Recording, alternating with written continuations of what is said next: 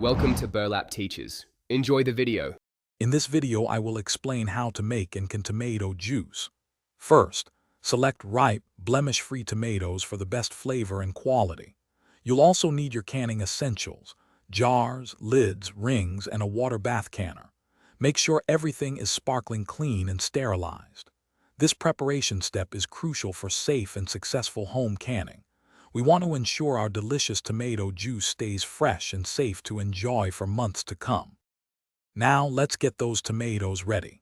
Start by washing them thoroughly under cool running water to remove any dirt. Next, blanch them quickly in boiling water for about 30 to 60 seconds, then plunge them into an ice bath. This makes peeling a breeze. Once peeled, remove the cores and cut your tomatoes into quarters or smaller pieces, preparing them for the juicing stage. This careful preparation ensures a smooth, delicious juice. Hey everyone, quick recommendation. Staying hydrated is key, especially when you're busy in the kitchen canning.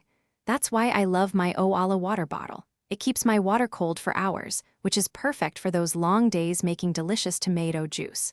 If you're finding this video helpful, please hit that like button and subscribe for more great content.